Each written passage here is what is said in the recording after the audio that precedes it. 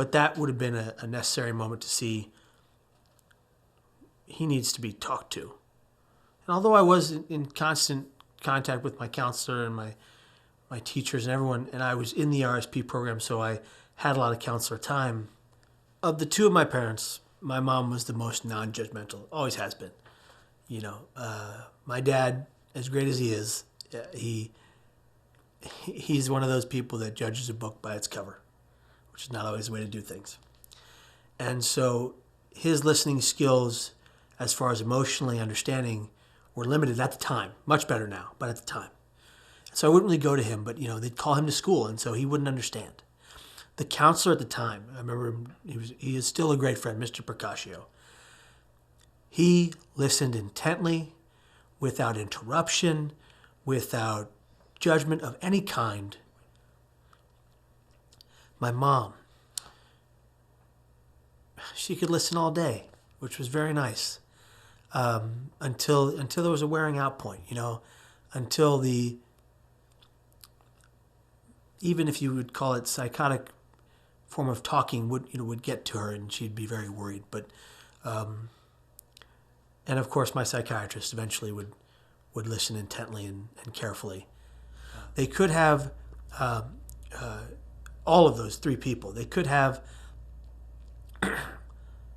repeated questions. They could have said how important this is for my mental health. They could have also told me, which none of them did at the time, none of them really told me that recovery was possible, in arm's reach, most likely even. They just told me that I needed to get well, or that I needed to take the medication, or that I needed to go to therapy. All these things I needed to do, all the while I'm feeling that I don't have this thing called bipolar disorder. I don't want it. I don't like it. I don't want to be labeled. And so not addressing the issue of stigma and labeling and what this means to have a mental illness for the rest of your life that is incurable. Not explaining to me that it's a brain issue, that it's not my fault, that I didn't somehow manifest this. Not explaining all of those things was a detriment to my health. But it was kind of the first step. And after that, what I'm getting at is my great uncle, Kevin Ryan, who I'm named after. He brought me books about mental illness. The first book was Bipolar for Dummies. It sounds silly, but do you know how much that helped me?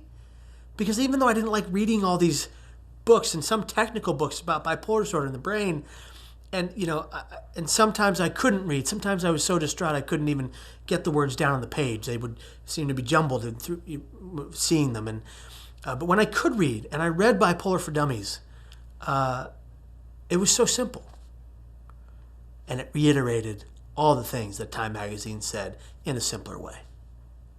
I got those kinds of books, and he was he's one of my heroes. He was, in fact, my best friend. When I went into psych wards because of suicidal thought, he would be there every single day with a cup of soup, a comic book, and a new book on bipolar disorder or depression. Once I accepted the disease, which was after I attempted, that was when I understood what everyone was saying.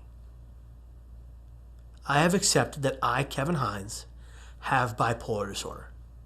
And I, Kevin Hines, need to fight bipolar disorder. And I have the ability, and I can be successful in that fight, and I can find wellness.